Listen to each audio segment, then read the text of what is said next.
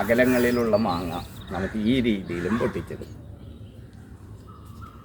ഇതെന്താ സംഭവം?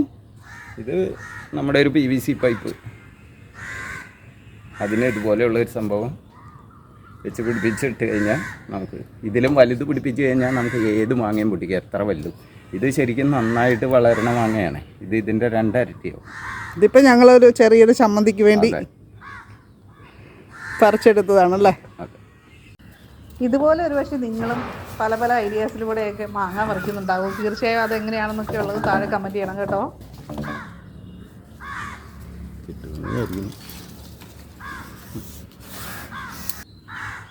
ഇത് മൂവാണ്ട മാവാണ്. കൊല്ലത്തിൽ 4 പ്രാവശ്യമെങ്കിലും ഇതിൽ നിറയെ മാങ്ങ ഉണ്ടാവും. ഈ തവണ പകുതിയിലധികം തളിർത്ത് പോയി. ഇനി ഈ തളിര് മൂത്ത് കഴിഞ്ഞ് കഴിയുമ്പോൾ നമുക്ക് പൂത്ത് കിട്ടും. ഇപ്പം അത്യാവശ്യം കുറച്ച് മാങ്ങ പിടിച്ചിട്ടുണ്ട്.